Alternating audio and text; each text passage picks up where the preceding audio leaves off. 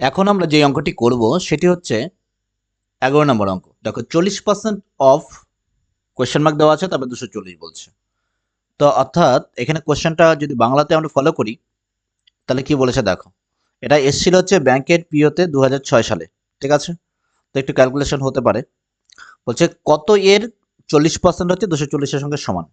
তাহলে আমি ধরলাম এক্স এর মানে গুণ 40%, 40/100 করলাম, পার্সেন্টেজ তোলার জন্য 100 করতে হয়। এই পার্সেন্টেজ চিহ্ন তুলতে গেলে তোমাকে 100 করতে হবে, ঠিক আছে? এটাই হচ্ছে 240-এর সাথে সমান। কাটাকাটি করার চেষ্টা করো।